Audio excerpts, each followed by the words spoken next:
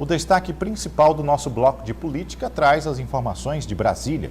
Hoje temos o resultado sobre relatórios setoriais da Comissão Mista do Orçamento, também a prorrogação do Censo Demográfico do IBGE.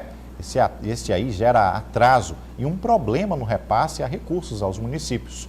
Nildo Costa, boa noite. Olá, boa noite, Hugo Reis, boa noite a você que nos acompanha. Nossa participação aqui de Brasília. Hoje nós vamos conversar com o deputado federal Kleber Verde, do Republicanos, ele que é coordenador da bancada maranhense aqui no Congresso Nacional e também membro titular da Comissão Mista de Orçamento, a CMO. Bom, deputado, a Câmara dos Deputados, primeiramente, está em festa. Hoje é o dia de entregar a Medalha de Mérito Legislativo 2022. É um momento de festa no Legislativo, deputado. Boa noite. Boa noite, Nildo. Boa noite, Hugo. Boa noite a todos os telespectadores aí do Maranhão. Realmente, hoje, dia de festa, é a entrega da Medalha de Mérito Legislativo. É uma medalha que é dada à personalidade, pessoas que têm contribuído com um papel relevante na sociedade, né? Gerando emprego ou atuando na área social, enfim, ajudando ao povo brasileiro. E a Câmara, através de suas lideranças partidárias ou membros da mesa, fazem essas indicações. Como fiz, tive a oportunidade, quando líder, de indicar algumas personalidades, inclusive ao empresário Matheus, que o recebeu pelo grande trabalho relevante no Maranhão, em todo o Brasil, gerando emprego, né? E ao mesmo tempo fortalecendo a nossa economia. Dizer que a Câmara agora, nesse momento, já vai para a sua fase final de ano, ou seja, onde temos que, por obrigação, aprovar o orçamento. E ontem, na Comissão Mista do Orçamento, nós aprovamos os relatórios setoriais, né? Esses relatórios setoriais são justamente o preâmbulo, são aqueles que dão base ao relatório geral da União, que tem como relator o senador Marcelo Castro do Piauí, senador do MDB do Piauí, que me recebeu no dia de ontem para tratar inclusive das emendas do Maranhão, onde nós colocamos várias emendas e queremos melhorar, porque existe o recurso de RP7, que são recursos de emenda impositiva de bancada, que colocamos para a UFMA, colocamos para a UEMA, colocamos para o governo do estado, para a Prefeitura de São Luís, para o IFMA, para o DENIT, e o propósito, para o Hospital do Norabelo, para o Hospital do Amor, enfim, várias instituições que receberam esses recursos.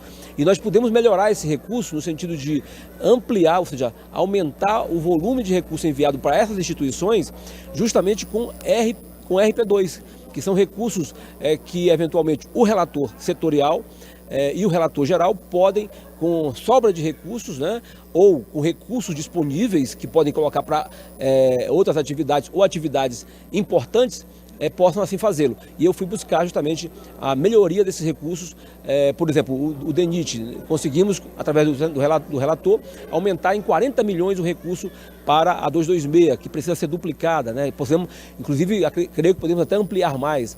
A 135, na duplicação do trecho do asfalto concreto entre Miranda e Cachucha, que deve realmente ter um recurso assegurado, que é recurso de manutenção, para essa finalidade. Enfim, colocar mais recursos na rubrica orçamentária, que vai permitir fazer mais ações, ou seja, garantir recursos para as instituições e, com isso, melhorar, né, o volume dos recursos para essa finalidade, e, com isso, atender melhor a população maranhense. Deputado, e falando de orçamento, chega aqui o Congresso Nacional, apreciando o Senado Federal, né, está apreciando do dia de hoje. Amanhã deve ser apreciada aqui na Câmara dos Deputados a PEC 32/2022, que é a PEC da transição. Qual é a sua visão sobre essa proposta? Olha, primeiro registrar que é fundamental a aprovação dessa matéria. Apesar de ser uma PEC que eventualmente compromete o teto de gasto, ultrapassa o valor estabelecido, que foi estabelecido pelo Congresso Nacional, até como regramento para um controle dos gastos públicos. Nesse momento, não há recurso. O próprio relator do orçamento fez questão, inclusive, de abordar esse tema. O relator dessa PEC, inclusive, no Senado, já consolidou o recurso na monta de 175 bilhões, garantindo, inclusive, recurso para pagamento do Bolsa Família. O antigo Auxílio Brasil agora será chamado de Bolsa Família, ou seja, volta ao nome anterior, né, em função do novo governo. E com isso nós vamos assegurar recurso para essas pessoas que tanto precisam. Só o Maranhão, estima-se que 1.200.000 maranhenses serão beneficiados. Então a gente tem que consolidar, garantir a aprovação dessa matéria, dessa PEC, tão importante. Sabemos, é óbvio, que na questão econômica ela acaba criando uma desconfiança por parte dos investidores, por parte da economia de um modo geral, por uma irresponsabilidade eventual, mas necessária, eu digo responsabilidade fiscal, mas necessária, porque você precisa ter os recursos em condições suficientes de pagar o Bolsa Família em todo o país. E repito, só o Maranhão, mais de 1.200.000 maranhenses serão beneficiados, e nós estaremos aqui na Câmara para receber essa proposta e aprová-la com o objetivo de atender aqueles que mais precisam. Ainda falando sobre orçamento, deputado, o IBGE divulgou ontem a prorrogação do Censo Demográfico 2022 até o final de janeiro. Apesar de já ter recenseado mais de 59 milhões de domicílios, mais de 169 milhões de brasileiros, né? Mas esses dados que ainda não estão completos são importantes também exatamente para o orçamento, porque é aí que vem o rateio dos fundos dos estados e municípios. Como se planejar com esses dados incompletos? Qual a avaliação que o senhor faz sobre essa medida do IBGE? Primeiro, falar da importância do censo do IBGE. Através desse censo que vai apurar a realidade econômica do nosso país. E esse censo é um censo geral, que acontece de 10 em 10 anos, e esse está atrasado.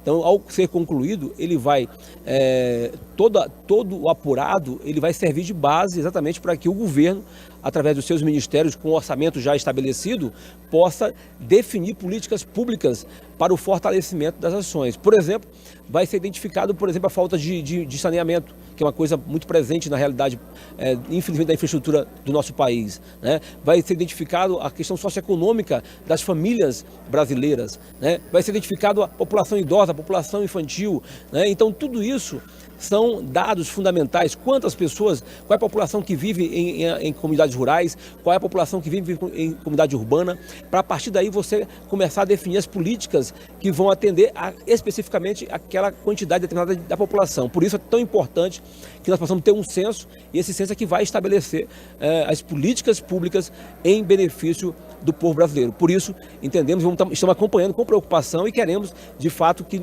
o Brasil possa ter um censo que retrate a sua realidade, para que a partir daí todos nós, Congresso, Executivo, todos possamos unir forças para fazer as melhores políticas em benefício do povo brasileiro. Deputado, nós queremos agradecer ao senhor, a participação do senhor aqui no Jornal da Guará. Muito obrigado pela disponibilidade sempre aqui de nos atender. Eu que agradeço, me coloco à disposição e, como eu disse, acho que o Brasil, o Maranhão, tem muito a avançar. Afinal de contas, o nosso destino é avançar e precisamos estar unidos, né? Tendo um olhar especial para o governo do estado, para o governo federal, e como deputado federal, com fé em Deus, trabalhando muito aqui, estaremos para dar nossa contribuição para ajudar o povo brasileiro. Tá certo. Tá aí, Hugo Reis, conversamos aí então com o deputado federal Kleber Verde, do Republicanos, coordenador da bancada maranhense aqui no Congresso Nacional e também membro titular da CMO, a Comissão Mista de Orçamento. Eu volto com vocês nos estúdios aí da TV Guará. Muito obrigado ao deputado federal Kleber, também ao Nildo Costa aí de Brasília. Bom, ontem a cidade de São Luís celebrou os 25 anos do Patrimônio Mundial da Humanidade. Aqui temos um dos maiores acervos de imóveis centenários. O prefeito da cidade comemorou, anunciando obras e investimentos no setor. 25 anos, aniversário, né, Kátia? Não existe aniversário sem presente.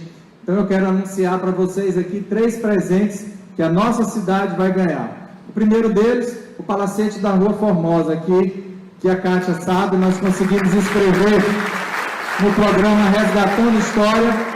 E vai ser todo restaurado, um prédio que tem a sua história para contar, e vai funcionar a sede da nossa Secretaria Municipal de Turismo. Vamos ter também, gente, um investimento da ordem de 44 milhões de reais para o complexo do Trapiche Santo Ângelo. Todos os galpões terão uma finalidade num projeto belíssimo que nós vamos apresentar, mas que eu já adianto para vocês em primeira mão, também através do programa Resgatando História, com a parceria do BNDES, da Vale, contrapartida do município.